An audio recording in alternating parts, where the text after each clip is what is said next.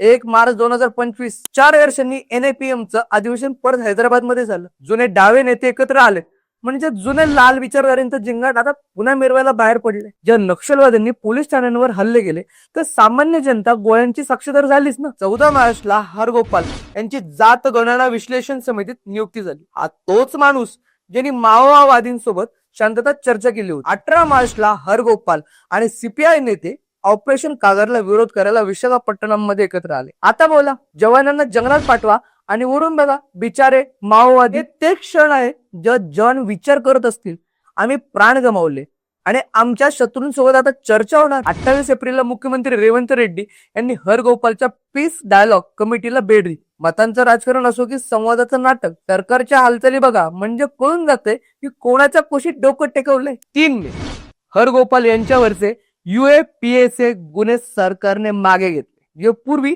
संशयित होते ते आता सल्लागार झालेत. आता दहशतवाद्यांना येणार क्लीन चिट मिळते बरं का मंडळी. 9 मे हरगोपाल आणि त्यांच्या टीमनं राहुल गांधींना भेट देऊन शांतता चर्चेची मागणी केली. हेच ते CCP म्हणजेच कोऑर्डिनेशन कमिटी फॉर पीस. एका वेळेस तलवार न्यायासाठी उघडली जायची, आता मात्र क्रांतीच्या नावाने बंदुका घेणाऱ्यांना संधी दिली जाते. सांगायचा मुद्दा सोपा आहे मंडळी, जे लोक नक्षलवाद्यांच्या बाजूने उभे राहिले ते आता सत्ता आणि सन्मान दोन्ही मिळवतात बरं का. आणि या सगळ्यांचा कव्हर आहे शांतता चर्चा.